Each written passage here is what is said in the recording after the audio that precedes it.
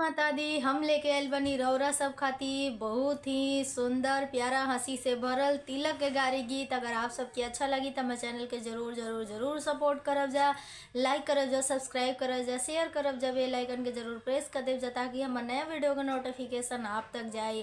तो चलिए हमनी के सुनल जाओ प्यारा प्यारा हंसी से भरल तिलक के गारी गीत।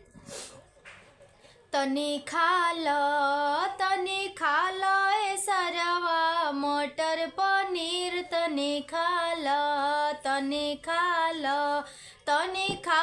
ए सरवा मटर पनीर तनी खाला।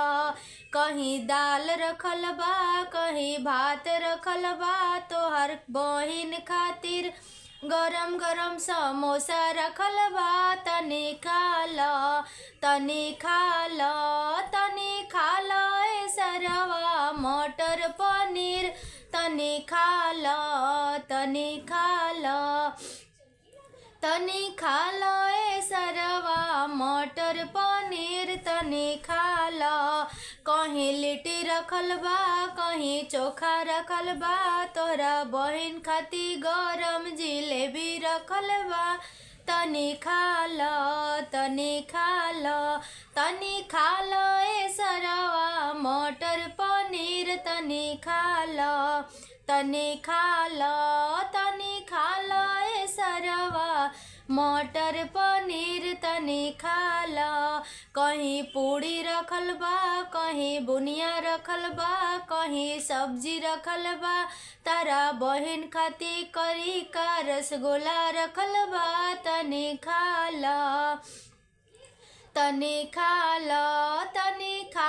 ए सरवा मटर पनीर तनी खाला ए सरवा मटर पनीर तनी खाला।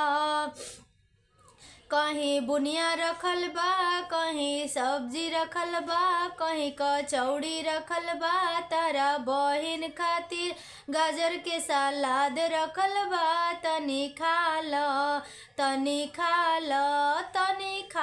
ए सरवा मटर पनीर तनी खाला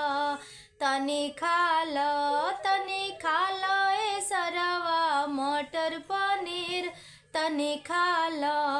तई रहल तिलक के गीत। अगर आप सबके अच्छा लगल हो तो हमारे चैनल के जरूर जरूर जरूर सपोर्ट करब जा। जय माता दी, हर हर महादेव।